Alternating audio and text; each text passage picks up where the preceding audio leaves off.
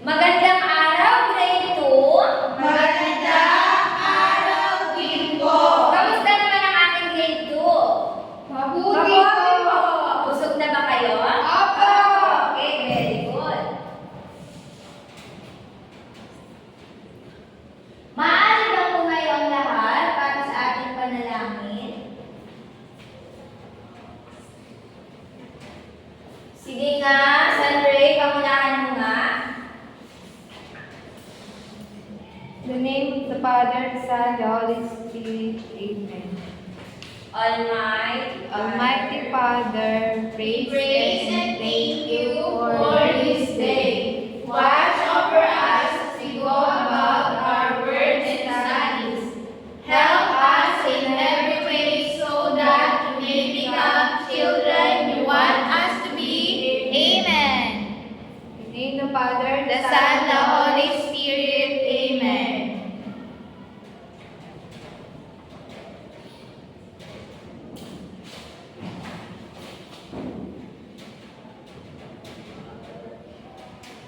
Okay, ngayon naman, tingnan nyo nga ang inyong mga katabi. Sino kaya ang lumiban? Si Albert po. Si Roxanne. Sino pa? Meron pa ba? Si Albert po. Si Emily. Okay. Sabihan nyo mga inyong kaklase na dapat ay hindi uma-absent. Maliwanag po ba? Opo. Okay.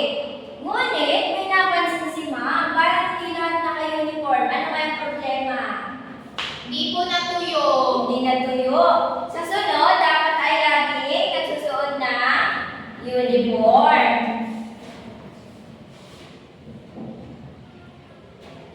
Bago magsimula ang ating talakayan, meron tayong mga alatuntunin na dapat nating sundin pa nagkaklase. Sige nga, magbigay nga kayo. Sige nga, Joanne. Ma'am, bawal mong maingay. Okay, ano pa?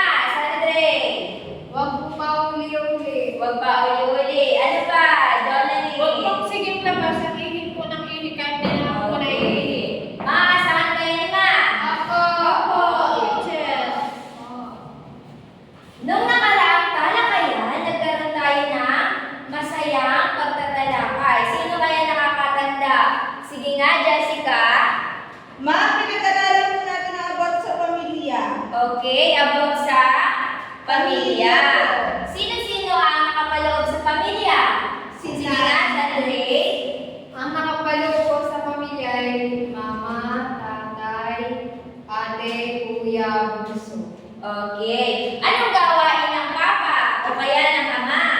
Ang ama po ay nagtatrabaho para may pagkain ng pamilya. Okay. Sige nga, Jonathan. Ang ina naman, ano po ang gampanin sa pamilya? Teacher, ang ginagampanan po ng mama ay naglalaba po, naglilinis po ng bahay, nag-aalaga po sa mga anak, katulad ko po, at ano po, ang ilaw po ng tahanan. Okay, very good. Ay, ang kuya at ate naman. Ano po ang gampanin? Mag-alaga po sa akin. Mag-alaga. Si Kuya po, magtapos Okay. po. Sino naman ang tagapagpasaya ng pamilya? Si Ako Bunso. po. Okay, si Bunso. Bunso ka ba, Joanne? Hindi po. Hindi. Pero ikaw ay nagpapasaya sa pamilya. Okay.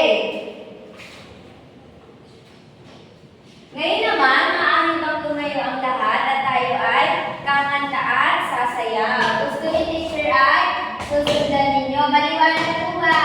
Opo.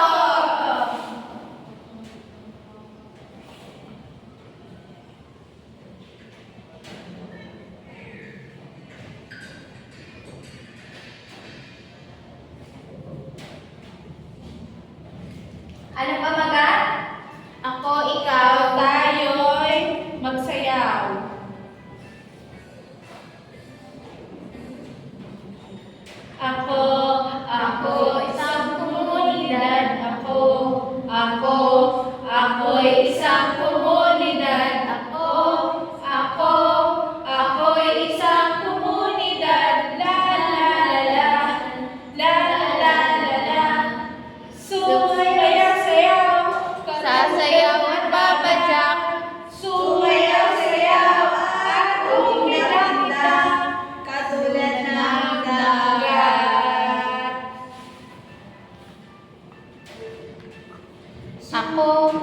Ay, wala pa. Ikaw, Ikaw isang komunidad. Ikaw isang komunidad. Ikaw isang komunidad. Sumayaw-sayaw at Unang Okay, napakagaling naman kumanta ng aking grade 2. Sige nga, bigyan nyo nga ng palakpak ang inyong mga sarili. Okay, tama na. Videoan ko. Video.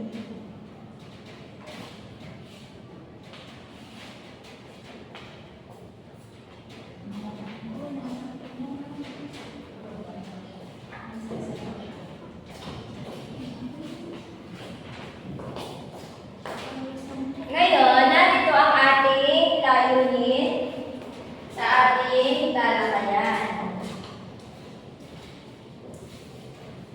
Nakikita ba sa ulihan? Opo!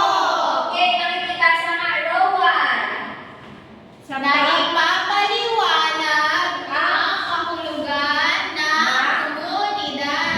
Pangalawa, Isa sa kilos ang tutunin sa pinagbibilangang komunidad. Lahat naman. Napahalagahan ang pinagbibilangang komunidad. Okay.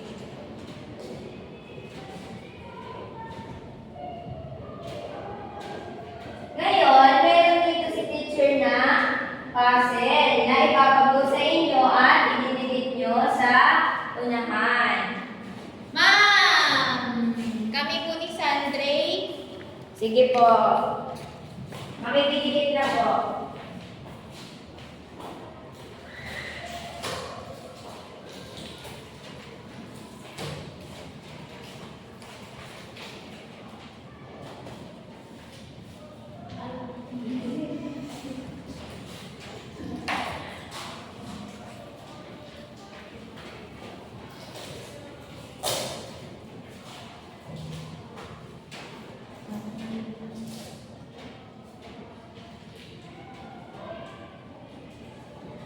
Okay, thank you, Joanne at Sandre.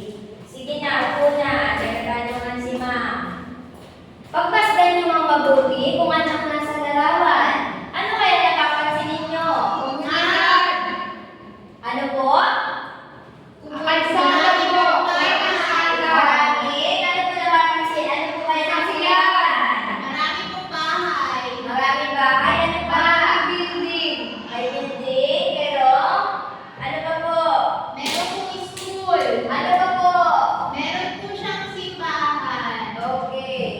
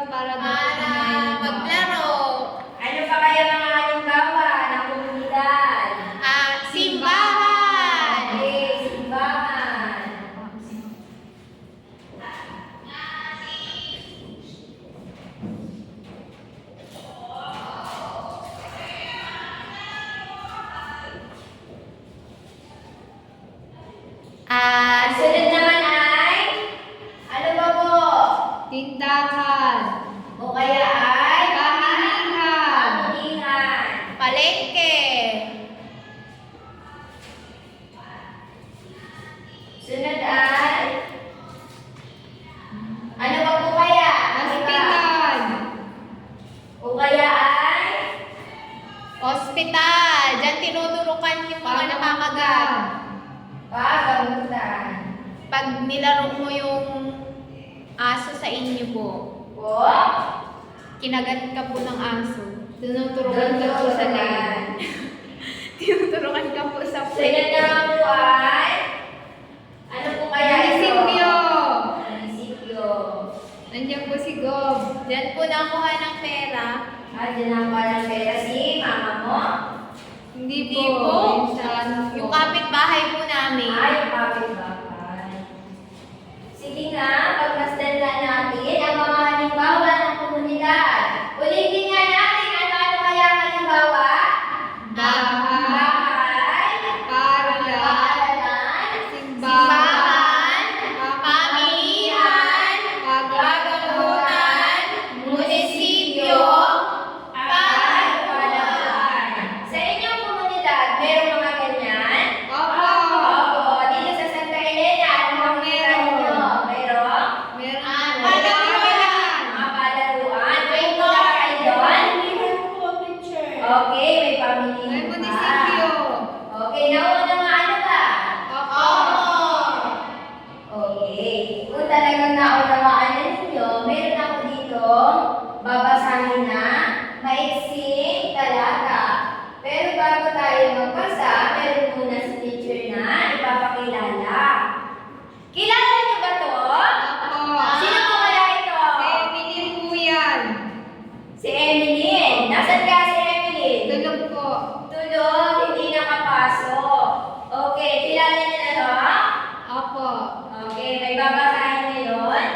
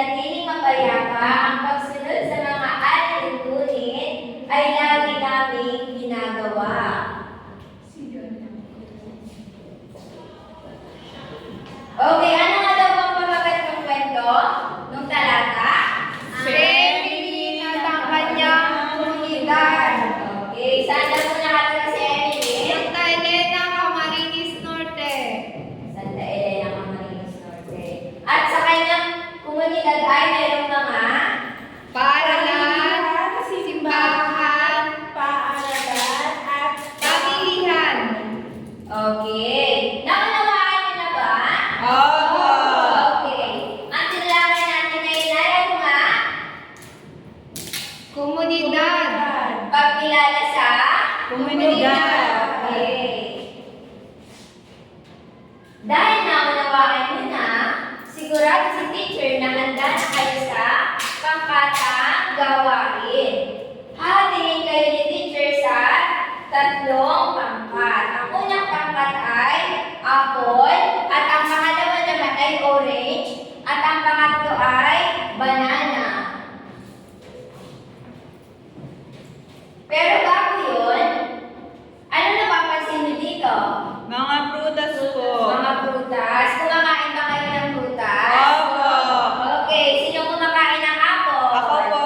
Okay, si Roseanne, ng Paborito ko banana. po yan. Ako din po. Paborito ko Okay, yan. favorite. Tapos orange. Ako din po, teacher. Okay, mahalagang kumain ng prutas dahil ito ay Pampakinis. pampakinis ng balat at okay, healthy.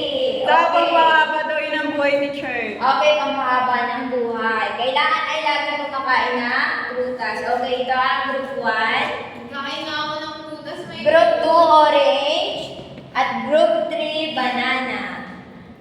Teacher, pampahaba ng buhay. Okay.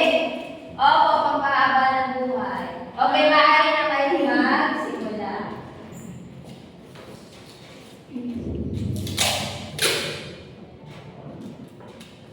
Pero bago yun, narito ang pamantayan sa inyo, pangkatang gawain.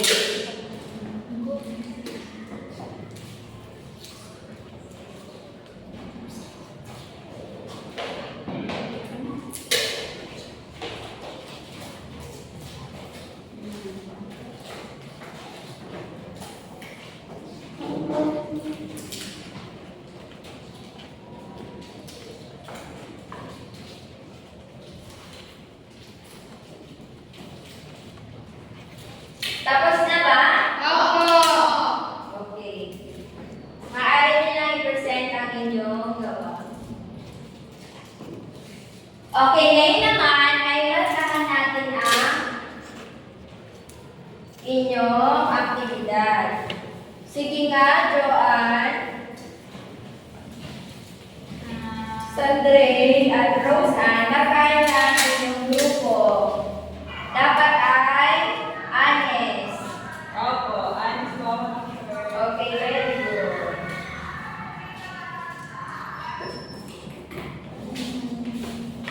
Teacher. Teacher, ano yung mga magan po? Ito po. Okay, sa pangkatwan, nakipag-cooperasyon ba? Opo, teacher. Maayos ba ang pagkakagawa? Opo. Malinis ba? Natapos ba sa tamang oras? Opo. Okay. 5 puntos ang star.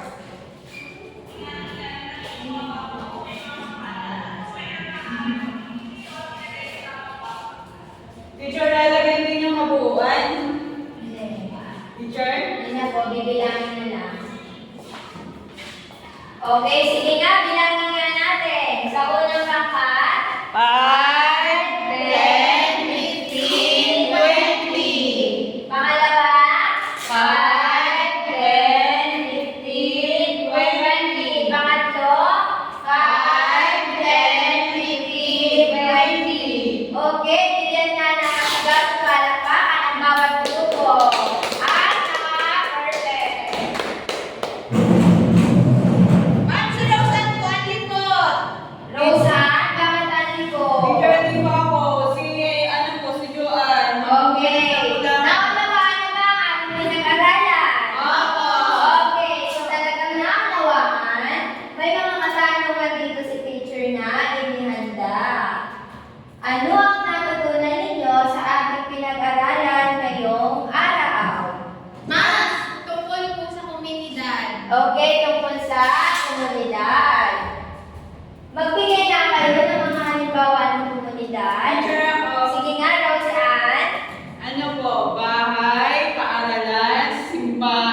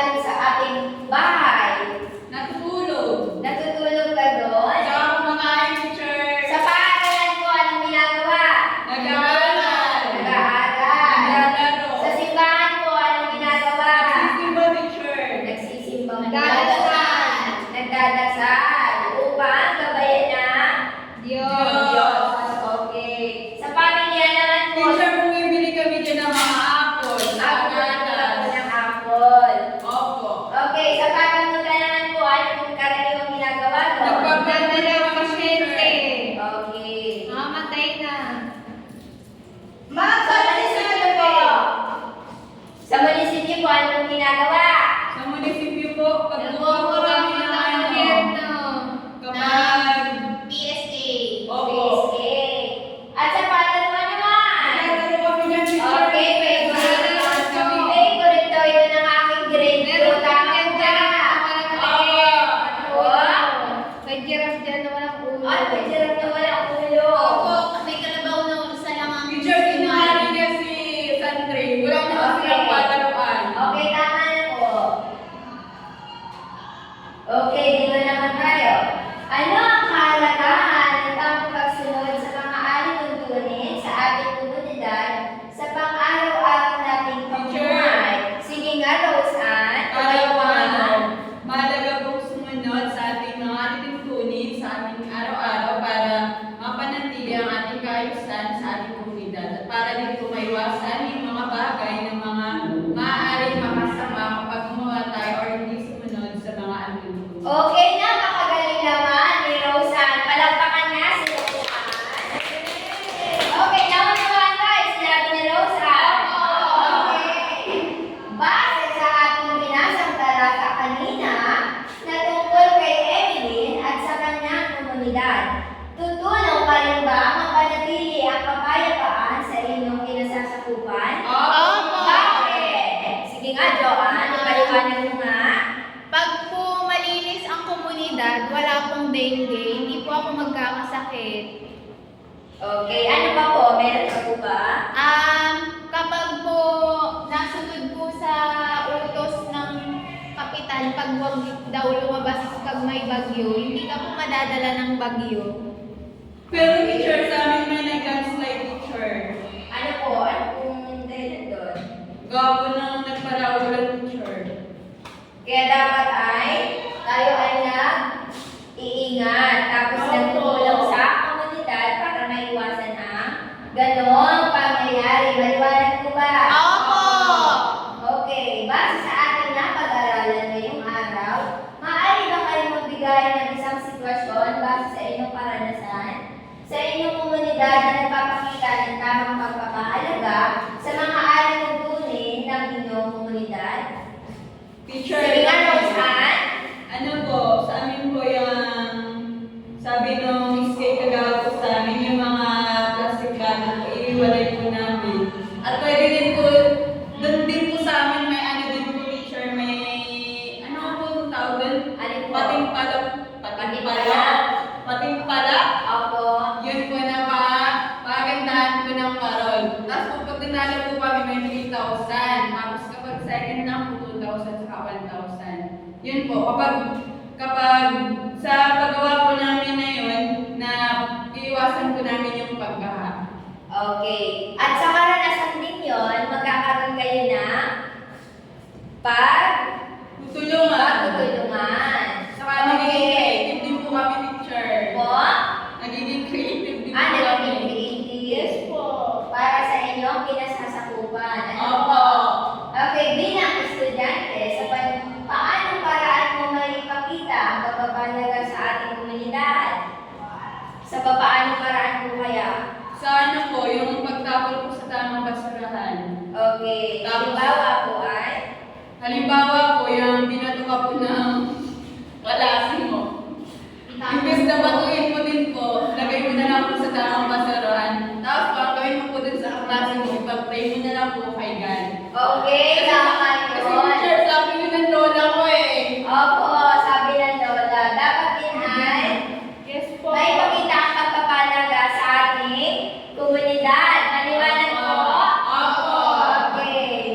Talagang naunawaan na. Naunawaan na ba talaga? Opo, teacher, malinaw na. Okay, malinaw na.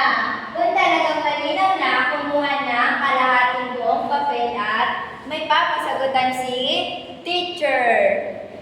Meron na ba? Opo, meron na po. Okay. Maaari na magsimula. Teacher, tapos na po. Tapos na po ba? Teacher, mamaya na hindi pa ako tapos. Sige po.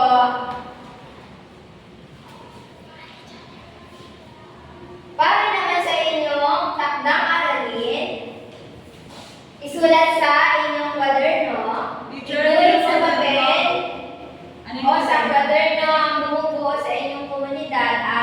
maligaya